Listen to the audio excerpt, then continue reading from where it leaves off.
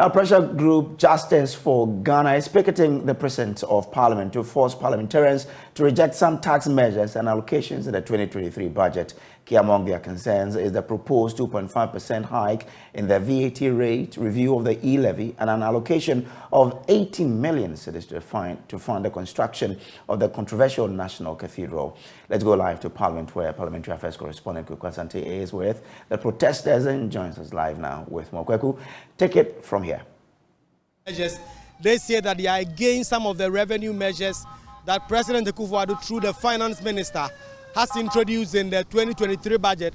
Just behind me, you see some of the protesters coming from the National Cathedral site where they have been. They are also against that 80 million Ghana cedis allocation that has been made for the construction of that controversial facility. And so they went there first with some Ghana chiefs, they tell me, and they are now heading here. Mr. Bernard Mona is here. If I can just have a word with one of the leaders of Justice for Ghana, Mr. Bernard Mona. I can see some heavy police presence here. Mr. Mona, what is this all about? You have parliamentarians in there who have promised to do your job for you. Why do you need to pick it? Thank you very much. As you can see, and I'm sure that you yourself went through some difficulties this morning because of the kind of economic policy measures that President Akufo-Addo, through the Minister for Finance, has implemented. These things have led to a suffocation of the life of the people of Ghana. Majority of us cannot just make ends meet. And so it is important to come to Parliament House and to indicate to Parliament that what they are supporting the government to do is unthinkable and unacceptable. See, first let's start from the National Cathedral. Some ones of us don't believe in the church. Some ones of us don't believe in the mosque. Some of us go and then we make libations. To the extent that our state, the president will lie that this thing is just to provide an avenue for the church to make contribution, and all of a sudden we see that the state is doling out chunk of our resources to the church or for the construction of the church. Simply means that God himself will not accept this property. But already at the committee level, the National Cathedral has been defeated by 11 to 10. It is set to come to the floor. If the minority carry through where they are trying to reject it, it will be rejected. We cannot just say that. Our prime land has been wasted. This land has been given to the state by the people of Ghana. If you have no use of that land, all you have to do is to give it back to the people of the Ghana people so that they will determine what they want to use their land for. You have just taken it away. As I speak to you, individuals whose assets were on that property are today in court challenging the Lands Commission to bring back. You know the case of the water gate, and then the petition. We speak to you now. The government of Ghana told us that we either accept electronic transfer levies or we go to the IMF. Today, we have accepted electronic transfer levies and we are at the IMF. We cannot accept both. And so it means that electronic transfer levies, it should be a no-no and it must be rejected by the Parliament. The same as VAT. The value-added tax that President Akufo-Addo led us into demonstrations that about 5 people died, including Ahuni Hwanga. Today, the blood of the people are following Akufo-Addo for wanting to increase value-added tax in this country. And so if you look at every economic measure that Akufo-Addo is bringing, it appears that they want to eventually emasculate the peoples of Ghana, push us to the brink and for us to die. Finally, on pension funds. You see, the naivety of the Minister for Finance has actually compelled the kind of situation we have. You tell us that individuals who hold bonds will not be affected, but individuals contributed to the pension funds. And so when the pension fund is affected, it means that these individuals are affected. So when you have a Minister for Finance who is not on top of the issues, we will have this kind of economic mess that we have. And so we are joining forces with Labour to say that don't touch the pension funds of our parents, don't touch the pension funds of our aged who are now coming out, because it's going to affect their lifestyle. And that is why we are here. Have you spoken to MPs and have they given you their word that they are going to reject this, that they are going to fight this? We don't know whether we should speak to the MPs because at some point in time we feel actually let down by our MPs. These same MPs were the ones who were on the floor of Parliament moved a motion of censure doubting the capacity of the Minister for Finance. The motion was referred to a committee. The committee had not come out with the report. And the same person whose capacity you were doubting had to come and stand before you and present a budget statement, and you sat in. Well, that is the majority side. The minority side were able to push through. No, the minority sat through the budget reading. Well, they said there were salaries that had to be paid. Why? That has to be in the budget. Is it the minority that are paying the budget? When Kenofodata did not reach the budget in 2021, where salaries not paid, somebody else read it. But that is the decision of the president, not the minority or MPs. Once you were questioning the capacity of the Minister for Finance, for which reason you tabled a motion of censure, it means that that person was not qualified to come and stand before you to present. You sat through. You went ahead and approved the budget. And so, for where we stand, we cannot say that our MPs will do what we want. And that is why we want them to see that some of the actions they are taking in Parliament, they are not what the people are excited about, and that they have to do everything possible to ensure that they work to protect the sanctity and the good being of the people of Ghana. Right, so I've been speaking with Bernard Mona. Bernard Mona is one of the organizers of Justice for Ghana. They are picketing here in Parliament. They are demanding that government pulls the brake on the 2.5% VAT increase, that government rescinds the decision to remove the daily threshold of the e-levy.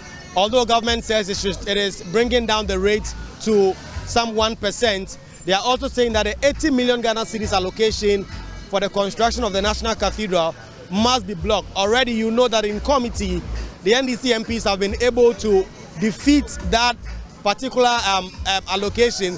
It is expected to come to the floor, and when it does, what is going to happen is that they are going to vote on it as a house, and they are going to reject it. That is what the minority have said. But you've heard there from Bernard Mona. He says they don't trust the minority, they don't trust the majority side, they don't trust Parliament as a whole. Let me also get to one of the organizers, Mr. Dramani, before we wrap up the conversation. Mr. Draman, what conversations have you had with MPs? Have you spoken with members of Parliament, and what are they telling you? We have sufficiently done our consultations with the members of Parliament, particularly those on the minority side, because they seem to be, their views are consistent with our views. They are sensitive to the plight of Ghanaians more than those on the other side, I mean the majority. So we have consulted them as to what will be happening in the House today. Yesterday, for instance, we were there and we held a press conference at your parliamentary press corps.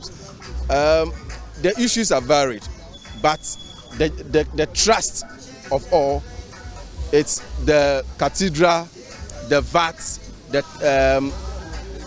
the pension funds that government intends to touch for debt restructuring. We think that is unacceptable and is despicable, highly reprehensible, because the gentleman whose recklessness has led to the bankruptcy of Ghana is still at post, and is the same person who is being asked now to lift us up from the mess he has plunged us into. That cannot work. It's not logical. It has never worked. It has never worked. You understand? That is why we are here picketing today, to register and manifest our displeasure and dissatisfaction about the way government has been handling, issues of this country, particularly the economy, and the degradation of the land here that is being used for the construction of cathedral. When you and I know that the very person or the deity that the president claims that he's building this thing to honor is a deity of truth and cannot dwell or inhabit a place that is full of lies and deception. That deity cannot inhabit. So, are you expecting more numbers? The numbers seem to be a bit low. Are you expecting more people? The numbers will come. And if you have been following our publications, our letters to the public, we made it clear that because the police were kind of apprehensive about the numbers, because they said they had some constraints. So we decided to scale down the number significantly, just to make it symbolic. Symbolic, that is it. So if the numbers are not up to what we put out, it is just because of that we have listened to the police and have decided to scale down the numbers significantly. Right. So Salom is part of the organizers of. He's for Justice for Ghana. Right. He's the communicator for the Justice for Ghana. They say that they are insisting, they are going to ensure that these tax measures that have been introduced in the 2023 budget are all rejected. A number of them here, led by some traditional leaders as well, are picketing right in front of Parliament. They say they are going to stay here as a symbolic gesture for MPs to reject this. Let me see if I can speak to some of these elders. So, why are you here? Why are you here? You can speak any other language that you feel comfortable. Okay, I'm Ni Mansalo the first Senche of Jamestown, British Accra. You see, as I'm talking to you now, what we are seeing now is we have stool lands and we have family lands. Now the government has taken the stool land to construct the National Cathedral. But as I'm talking to you now, it's standing still like a white elephant, and we don't like it. Because what is going on, we the youth, we have covered 72% of the population.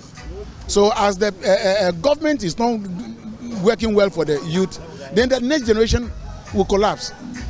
So we are pleading to the government to do the very best. Because as I'm talking to you now, it's now December.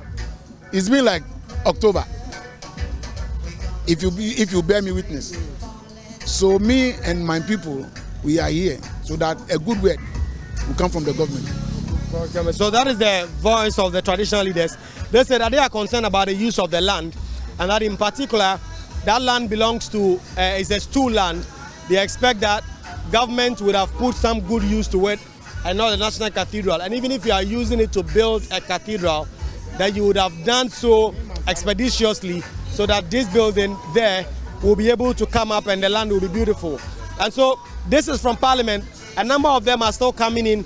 They have a vehicle that is blasting music right in front of Parliament, and a number of the Justice for Ghana demonstrators and protesters are already here. What we expect is that later on, the leadership of Parliament will come down to receive their petition, to receive the kind of issues they want to put forth. But ordinarily, what we expect is that today will be the last day of Parliament sitting, because they are expected to go on Christmas break from today. So Parliament will sit extended sittings today to be able to undertake all the transactions that they have to do before they can go on break. And so, Brace, this is the situation here in Parliament.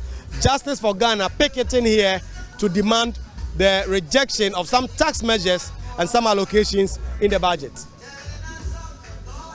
Sante there from the Parliament House. Now, let's still stay in Parliament because, quote, in any civilized democracy, Finance Minister Ken Ofori-Atta will be gone months ago.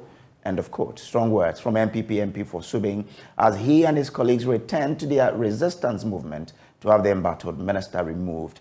An enraged Eugene Boakye told JoyNews they will hold President Akufo-Addo to his promise to remove the minister after the budget and the IMF talks. Tomorrow, the appropriation bill will be passed, and the MPP MP say the president must live to his part of the deal. Parliamentary Affairs correspondent Kojo Asante reports. Of the NPP MP's deal with the president is to allow the minister see through the IMF talks. The MPs are now waiting for President Akufo-Addo to keep his part of the bargain. The minister had that we have a finance minister who came to this house and met us the caucus and said, look, you know what? I won't do IMF. I will not do IMF. Well, I think it's very degrading for a country like ours. But I have two revenue streams. Help me make it a reality that will not make us go to IMF. And you fought tooth and nail to give him that? Yes, you were here. Look at how we fought for him to pass the e-levy. Bill is not an act. These are major policy failures that in any civilized democracy, Ken Ofori-Atta will not stand on his feet. Why are we entertaining such nonsense? Excuse my French. Why are we? What have we got against him as a person? Since 80 of these NPP MPs took this unprecedented step, some of them have said their seats in Parliament have been threatened.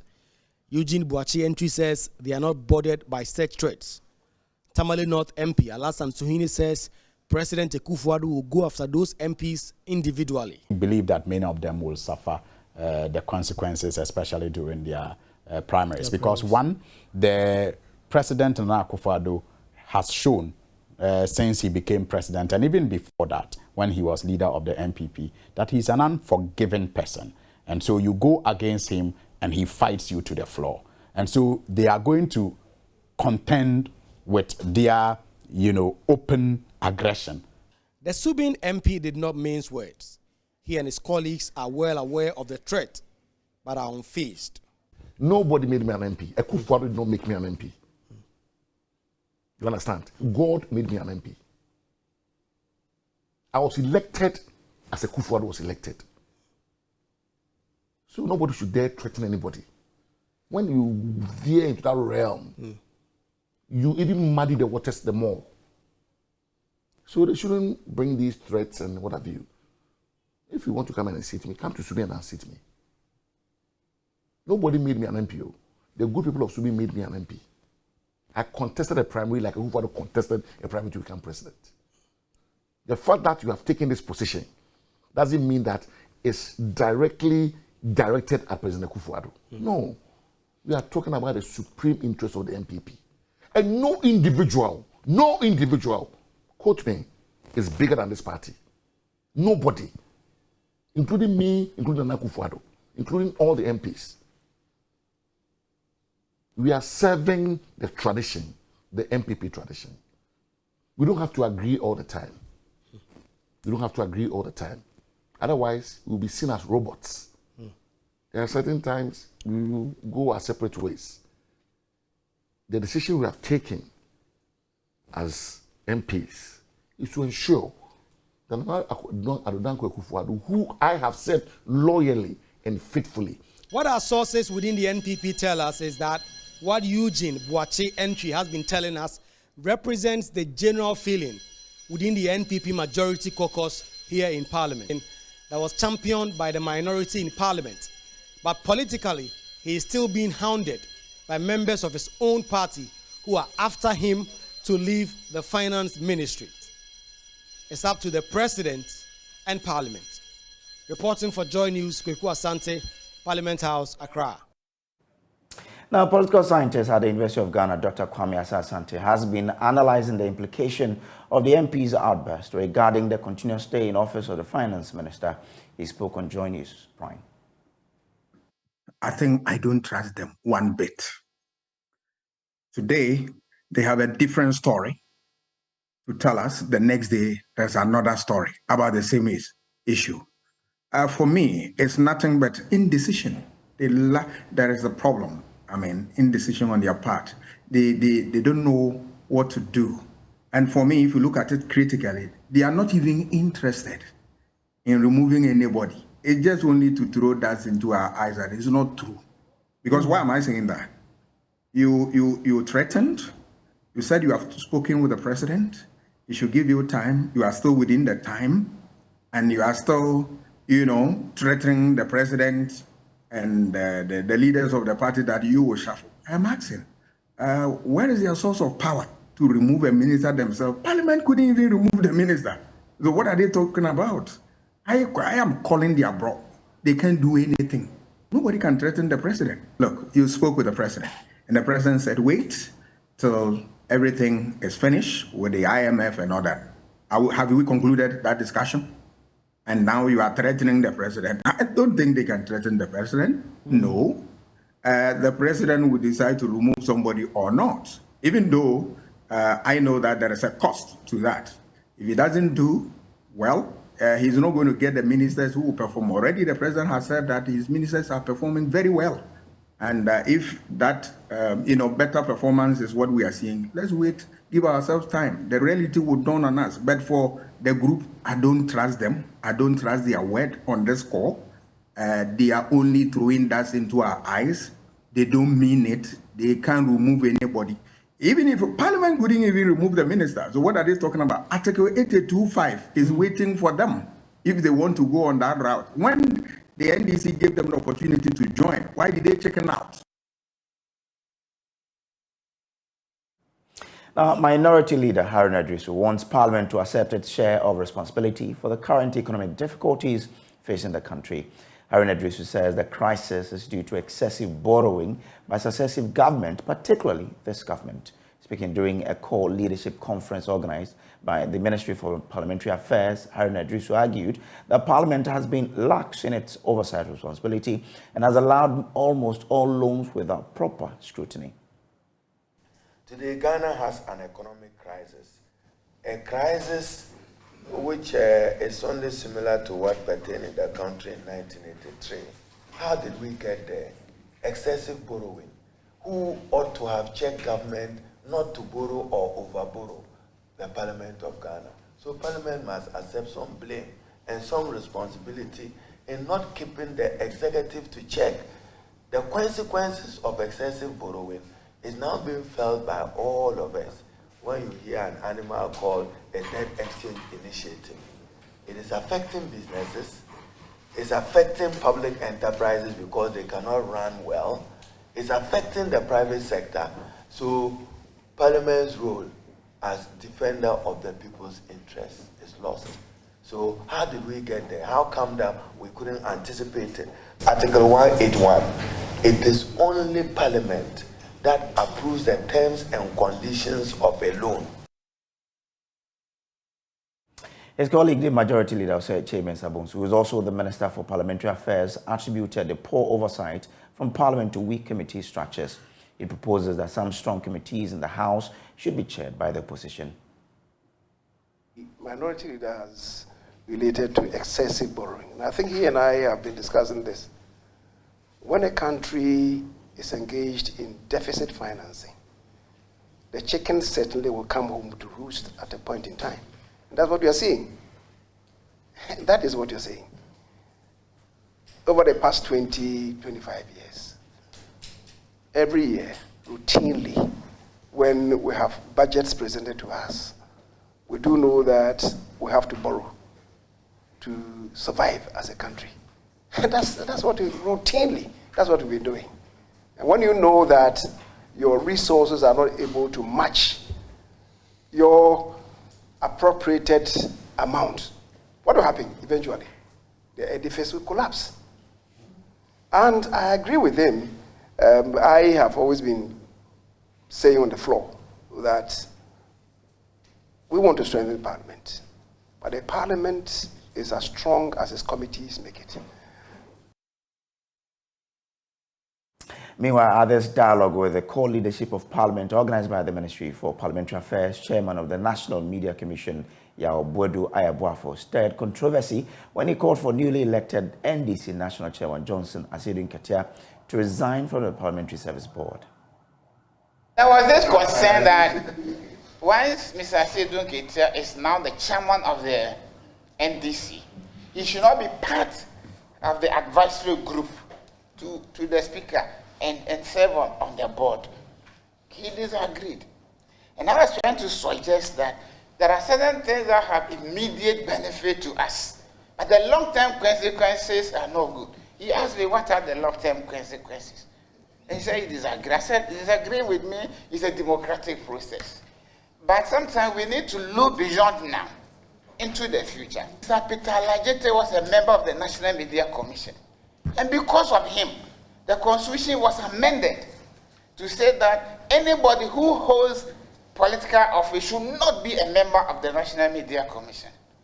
So if somebody holding political office cannot be a member of the commission, how can somebody leading a political party advise the Speaker, who is supposed to demonstrate objectivity and neutrality of the higher sense? When we faced the economic crisis under the NDC, there were calls for the minister to go. The NDC said no, and including the president. He said that he will shuffle every minister, but not the Minister of Finance. And that if there was anything at all, he will be the last person. Then first track the turn, and then the NDC is leading the campaign that a minister must go. And I'm saying that when the public take these two in tandem and say that is it not the same political party that before was saying that the Minister of Finance is not the problem. Now, why are they then saying that the minister must go because we are facing an economic crisis? Now, when you are faced with that kind of situation, the public interest in Parliament will win. Now, away from Parliament, some 25 out of 43 districts in the Ashanti region are affected by galamsey, spreading to more areas. Now, 7 more districts in the Ashanti region have been invaded by illegal miners, despite increased efforts to stop the menace. Out of the 43 districts in the region, 25 are now afflicted by galamsey. The Regional Security Council has increased surveillance to prevent the threat from spreading to new places. Nanaya Ojima filed this report.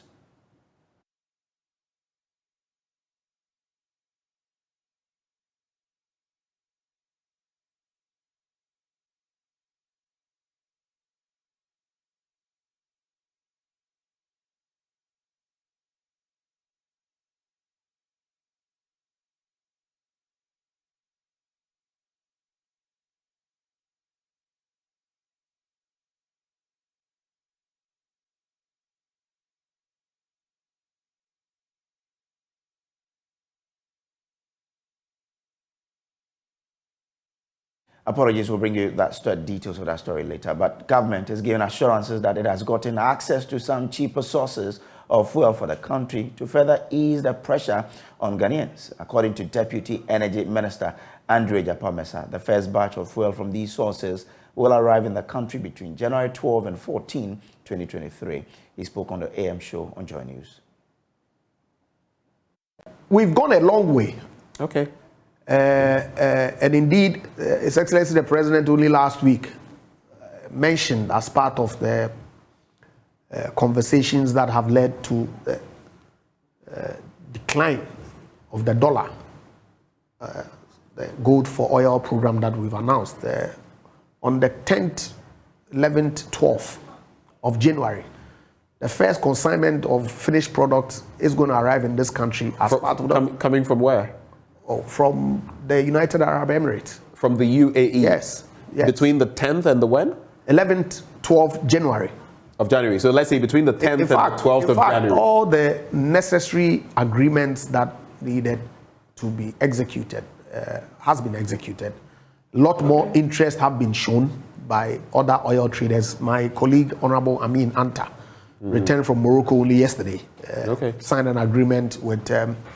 I do not recall the name of the company, but it's a JV between... Joint venture. Yeah, that company, JV between Enoch and the Moroccan oil company. They have also signed on for the swap arrangement for oil and gold. So is this a G2G, government to government engagement? G2B, okay. Government to business. Government to business, Okay, and that's G2G conversations have also taken place. The surprise for me is the very moment that an announcement is made, then everybody expects that the next day you see it translated into action. But as with most programs, it's not an event. Okay, but you need to communicate so people know exactly what it is that government is doing. Okay, to give them comfort that it is not as if your leaders are sleeping on the job, but they are working to roll out a system program that would ensure that there's some complementary, not substitute. It's, for me, it's very significant that we drive home that point, that whatever it is that government is doing is intended to complement what it is that the private sector, who are operators within the space, are providing. He also revealed that efforts are being put in place to turn the struggling thermal oil refinery into a functioning one by early next year. Our refinery has not been brought back on stream. Yes. Yes, there are some private sector refineries, Platon and Akwaba, that are operating in thermal, small scale. But Tor is the one that can produce or refine the volumes that would meet about 40-50% of our demand. And that is being worked on.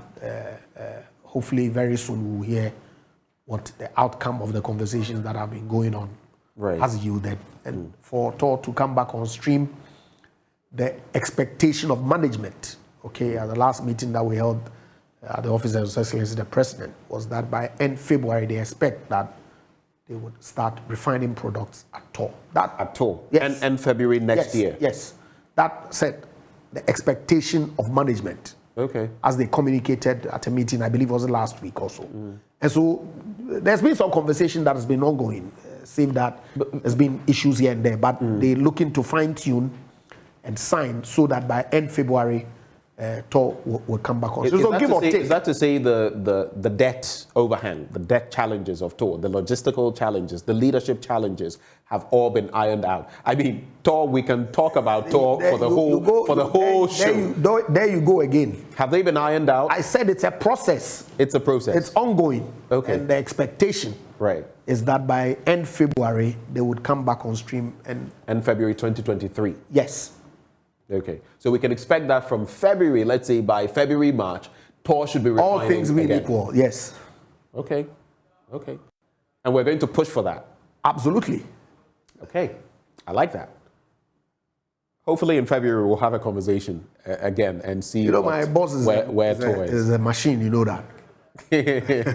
Nah, boy. Yeah. I see.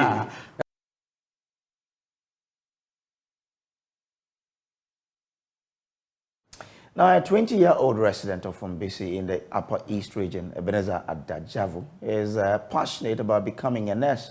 Unfortunately, that dream looks hazy.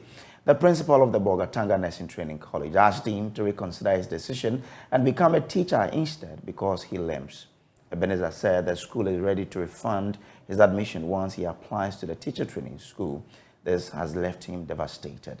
The Bogatanga Nursing School confirmed asking Ebenezer to consider teaching, but said the advice was devoid of malice and discrimination. Let's watch this report. Ebenezer Adajavuk lives in Fumbisi, a small community in the Upper East region. He's always wanted to be a nurse. After successfully completing senior high school, he applied to the Bogatanga Nursing Training College to kickstart that dream. But his joy was cut short because the school said his limping condition is a problem.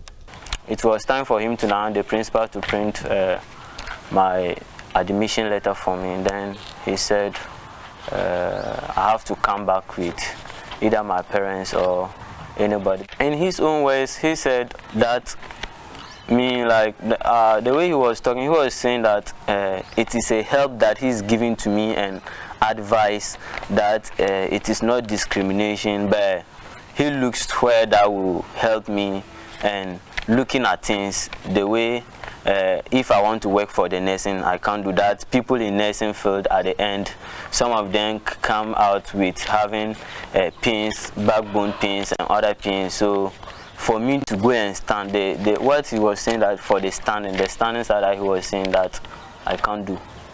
That was what he was saying then. If only the help he wants to give me is that maybe he will find my money, then if only I want, I'll go to the teaching field. Because that place, even if I go that, if I teach for a while, I can even sit if I don't want to. Ebenezer is amazed that the interview panel did not reject him because of this limping condition. After they interviewed, we came back, so we're there, then I was visiting my portal, then later I found out that they gave me temporary admission. So when I gained the admission, in the admission letter they said we should go to the bank and pay the money, 2,000 to the bank. The advice for him to give up on his dreams and chase another haunts him and gives him sleepless nights. I feel it badly, and sometimes I always think about it.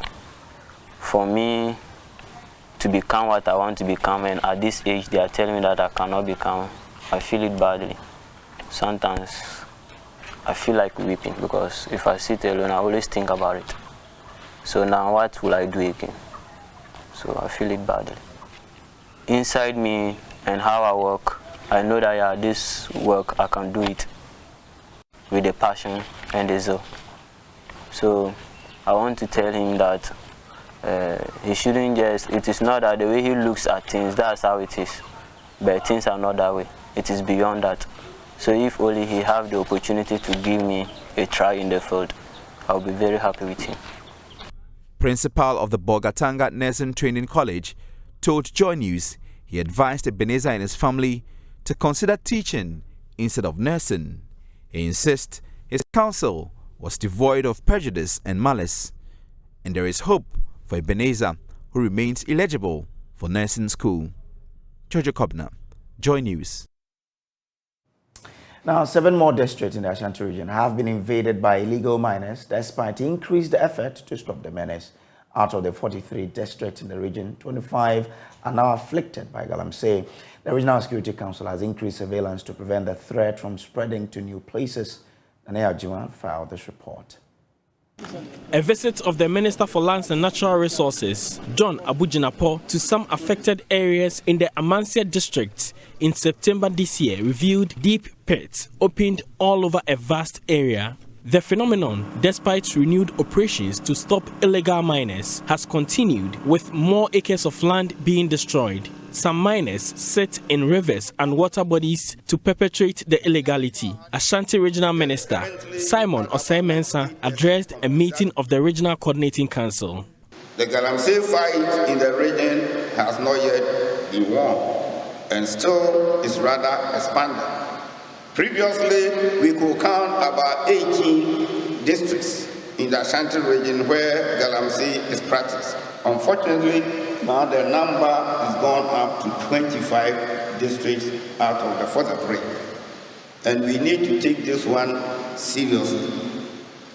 Already, the Regional Coordinating Council, through its enhanced surveillance, has stopped the spread of the activity to the Efija-Kwabre district. The effort to fight the menace is, however, hindered by financing. No, sometimes people don't know that water issues are also security issues. So what we need to do is to take drastic measures to ensure that we can minimize the issues of galamsey menace within the region. I've always suggested that on the river bodies, I think we can take the fight from the source of the river up to where it either joins the sea or the confluence of another river body. Constant thrashing of these people was that will help solve the problem. But sometimes you have logistical problems. At times you need even money, you want the military to move, you don't have the resources to support the military. So these are all challenges that we are facing. But I know the ministry is doing its best.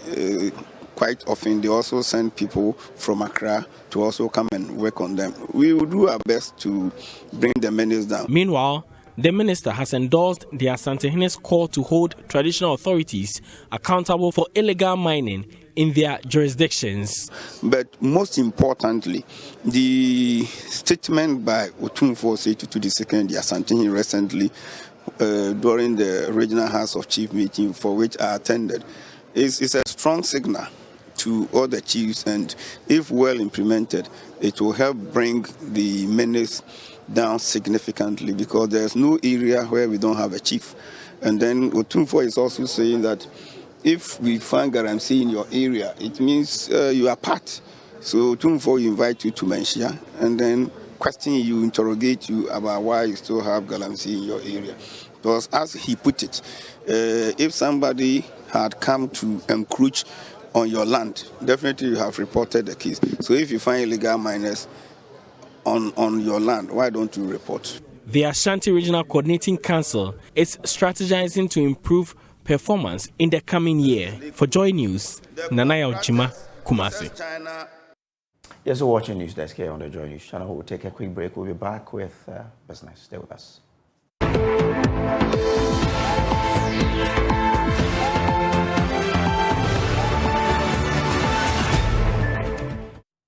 Hi, good morning. Welcome to Business. My name is Darryl Powell. The Volta River Authority, VRA, says aquatic weeds pose a big threat to its 160 megawatt Pong hydroelectric power plant at Akuse.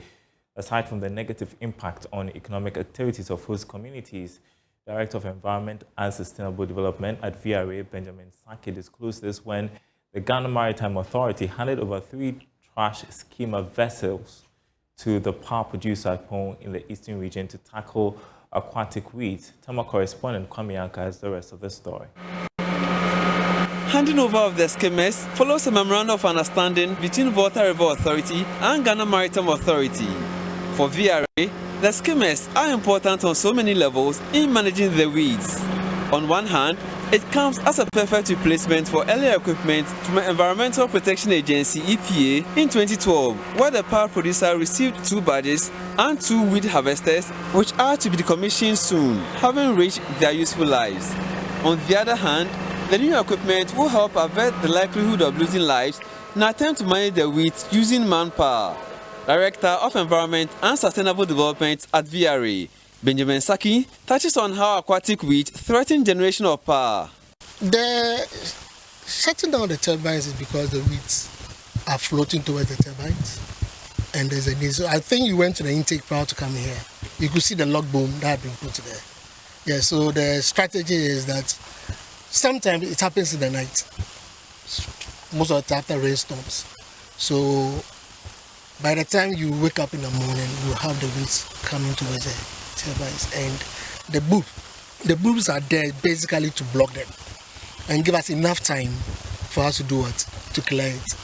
But if they become very heavy, sometimes they can even slip under the boom and head towards. At that time, you may have to stop the turbines, the generation, so that the draft is not so strong and the people can work in front of them. So it's a safety issue, even to make sure that the turbines are shut down for work to be done. The power producer loses significant amount of money for not generating power due to shutdowns. Recent assessment done reveals VRA lost 4 million Ghana cedis for shutdowns between 1999 and 2021. Meanwhile, Deputy Director, Service and Inspection and Head of Tama Branch of Ghana Maritime Authority, Captain William Thompson, says the skimmers will help in protecting the dam. So they have to cut them physically and use excavators. But you see the fresh ones in the demonstration that we had, the skimmer easily cut them and then brought them back, and we came to dispose of them here. So going forward, having removed the very thick and old ones, the new ones that are coming will be very easy for the skimmer to work on. You see, we acquired 3 skimmers. We put one down south of the dam. So the water flows from the dam, we clear up here, it flows from the dam to the lower side. It needs to flow freely. So that's why one is there to clear that. Over the time, when this is done, I believe VRA will decide and then move it to other places where there are concerns. But right now, this is the most important place for the use of this because of the safety of the dam. Although VRA has options including chemical, biological, mechanical and manual means for managing the weeds, it has ruled out chemical control due to its possible negative impact on communities along the water body. A new aesthetics company which specializes in luxury spa services called New You Med Spa has begun business in Accra. Co-founder of Med Spa, Delasi Osu, says the company employs the services of specialized doctors and nurses who are highly equipped with many years of experience and offers safe, effective, and non-surgical treatments to drive in customers and grow clients to grow the business. Here's more in this report. New You Med Spa is a company that provides clients with laser treatment, IV therapy, facials, and microblading. They are committed to providing customers with treatments and procedures that are safe and effective in a beautiful and relaxing atmosphere, and clients are assured of good experience. Speaking at the launch of the Med Spa, co-founder of New You Med Spa, Delasi Owusu, stated that the company is committed to ensuring the general well-being of clients, hence their decision to engage the services of highly equipped doctors to provide the best services. We do have our doctors that are highly equipped and have so many years of experience in this field. We're set apart because we do a lot of education. We do educate our clients on the services that we offer. Most people have never had an aesthetic services before, so when they come to us, we make them very comfortable and also try to explain to them what we're doing. And we also urge to see that smile on our patient faces. So it is also, we love doing aesthetics because it's a passion and then also an art, which is very beautiful. Delasi Owusu furthered that clients are assured of services that will make them feel better and experience a healthier body. And that's business. Sports is coming up.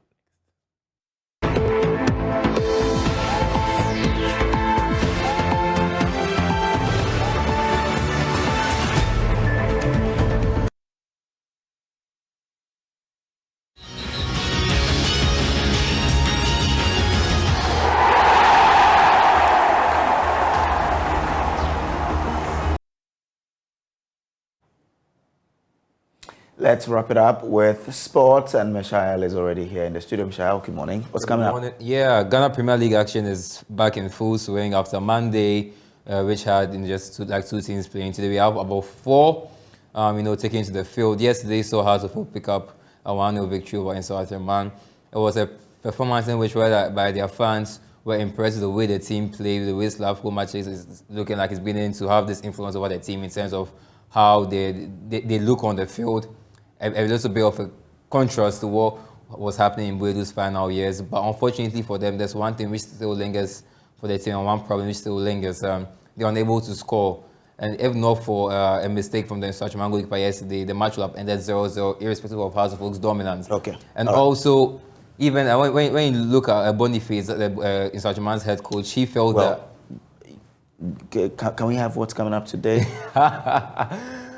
Defending champions Kojo will be playing Bekum Chelsea. If they win, they can leapfrog Hearts into second place. Hearts are currently second behind Adriana Stars, who top the table with 19 points. Hearts have 16 points. And Kojo, when they win, they get 17 points, and they can, build on that and try to, get good results. Stephen Mokwala will be someone who will be looking on to grab the goals for them. All right, thank you very much. And that's how we call it a wrap on today's bulletin. There's more news on myjoyonline.com. My name is Samuel Kojo. Please do enjoy the rest of our programs. Good morning.